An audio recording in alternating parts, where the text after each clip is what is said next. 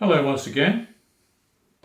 It's been quite some time since my last video, and I'll make this one a little shorter. It's been a long 2 years. Too long. But that's enough of that. Now I would just like to explain something that I've been thinking about recently, why I fell in love with Finland. Well, it didn't start there. It started in 1988, but I didn't know it then. I visited my father-in-law's home of Newfoundland, Canada. And what a place it was. Wow. What a place. Newfoundland is approximately the size of England, perhaps a little bit smaller, but it only has 500,000 people, mostly scattered around the coast, because in the centre is a wilderness that not even aeroplanes are allowed to fly over, because if they come down in the wilderness, they would never be retrieved, ever.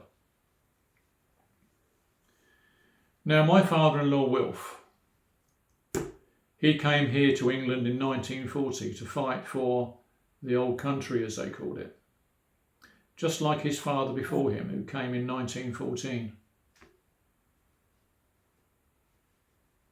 And the rule was, to all families in Newfoundland, only one male member of each family was allowed to come. Quite sensible. And a lot of people came here and a lot of people never returned.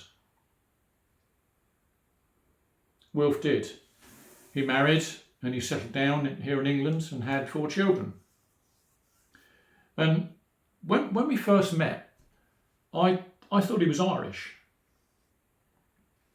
And the reason for that is because in the late 17th century, thousands and thousands and thousands of Irish people basically colonised Newfoundland. And their accents rubbed off on everyone else, and they handed that accent down. And of course, the attraction to go there was fishing, because you didn't need a lot of skills to be a fisherman. You went out in a boat and you caught cod. And at that time, the Grand Banks, the fish were giving themselves up, leaping out of the water, basically.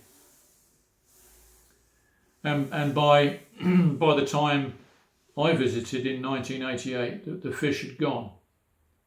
There weren't any fish.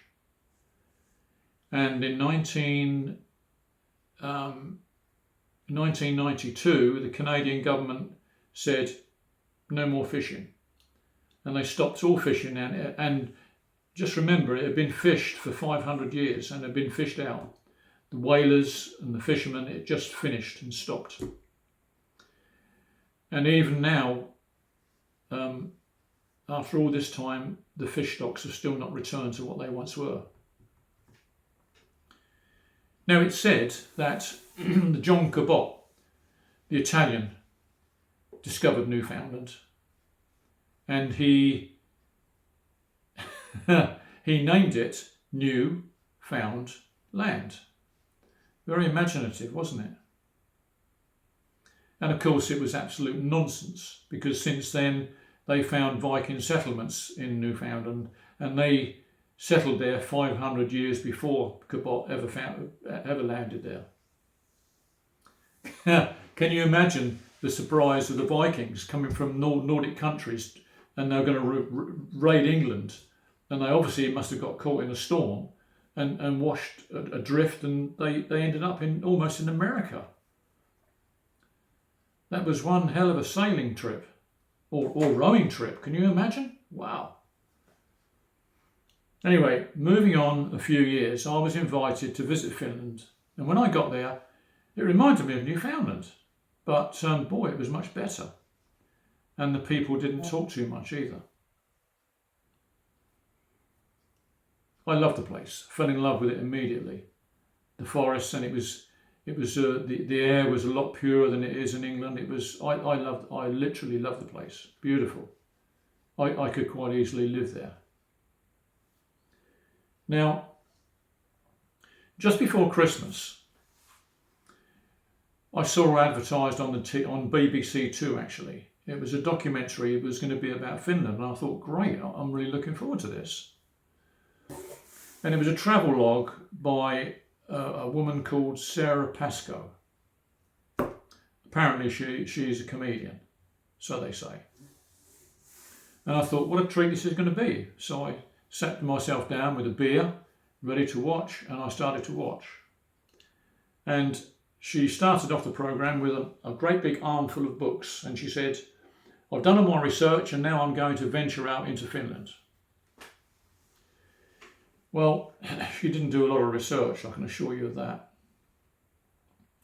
It started off well in Helsinki, showed you the trams and the street scene, and then immediately it jumped to the countryside, and it was Forza.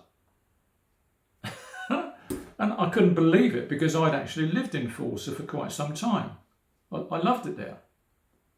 A town in the middle of southern Finland. Southeastern Finland, more like. And I thought, great. And she ventured into the forest, and she was there to see the traditional way that they got logs from the forest. And there were two beautiful horses, stallions, that hauled the logs out from the forest. And she called them she. And the owner of the horses was not happy about that. He said, excuse me, it is not a she, it is a he. And had she done a little more research, she would know that you don't have he and she in Finland, you have han. Han refers to both male and female. But I'm not sure if that applies to horses.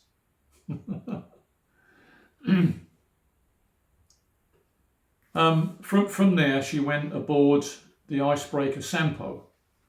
And as you Finns know, that Sampo has been retired now, and it's basically a tourist attraction. And she went aboard, and she never asked any pertinent questions whatsoever. You know, why was it called Sampo? I could have told her that. But you Finns know. Of course you do. So that was a little bit of an embarrassment. And then the next really big embarrassment was when she visited a ranch with, I think you call it a ranch, not a farm, with reindeer. Ranch, okay. And she was told, she assumed that all reindeer they lose their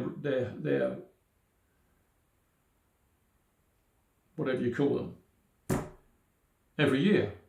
But the guy said no. In actual fact, what they do with the males for them to keep their horns is they castrate them. If they're castrated, they will not lose their regalia. Well, they did lose their regalia, but not the one on their head. And her reply was, well, in my humble opinion, I think all males should be castrated.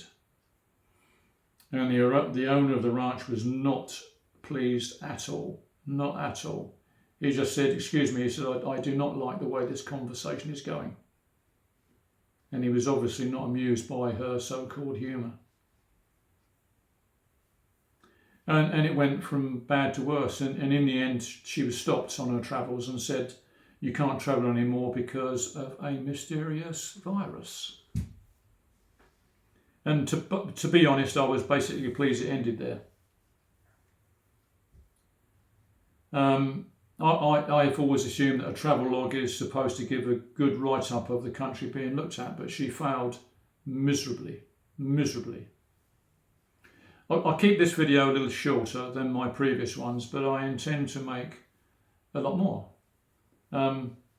mainly about the quirkiness of Finns, and also the quirkiness and the idiosyncrasies of the English too. And believe me, we've got a lot of those. Trust me on that. But in a light-hearted way that won't offend anybody, hopefully. And Finland, I should run through some proverbs that I've learned. No, I haven't. I will attempt this, but please don't laugh. Or you can if you like, I don't mind. Arka mies el saak kaunist vaimoa. That's supposed to mean, well, it does mean, a shy man gets no beautiful wife.